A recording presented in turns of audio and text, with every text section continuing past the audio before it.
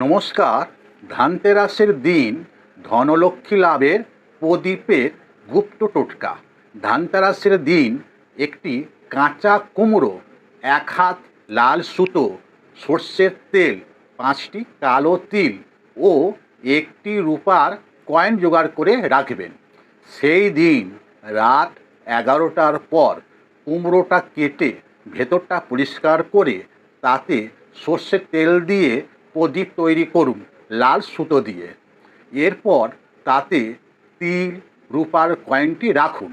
দক্ষিণ দিক করে বসে ওম শ্রীং হ্লিং ক্লিং কুবেরায় নমঃ 108 বার মন্ত্রটি জপ করুন।